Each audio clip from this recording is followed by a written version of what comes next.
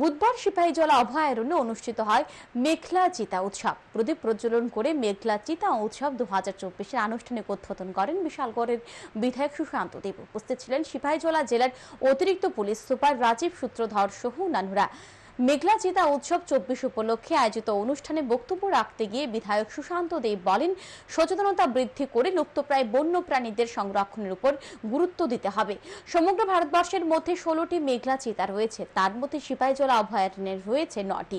বিধায়ক সুশান্ত দেব সকলের প্রতি আহ্বান জানান মেঘলা চিতা সংরক্ষণে এগিয়ে আসার জন্য। পাশাপাশি তিনি বলেন, বিধায়ক হিসেবে ওনার কোনো কাজ করার থাকলে সেই কাজ তিনি করবেন। যারা বিভিন্ন সামাজিক কাজ করি, সাংবাদিক থেকে শুরু করে প্রত্যেকে মিলে যেন এই মেঘলা চিতা সংরক্ষণে আমরা এগিয়ে আসি এবং সারা দেশব্যাপী পর্যটকদেরকে সিপাহীজলা মুখী করার জন্য আমরা যেন উদ্যোগ গ্রহণ করি।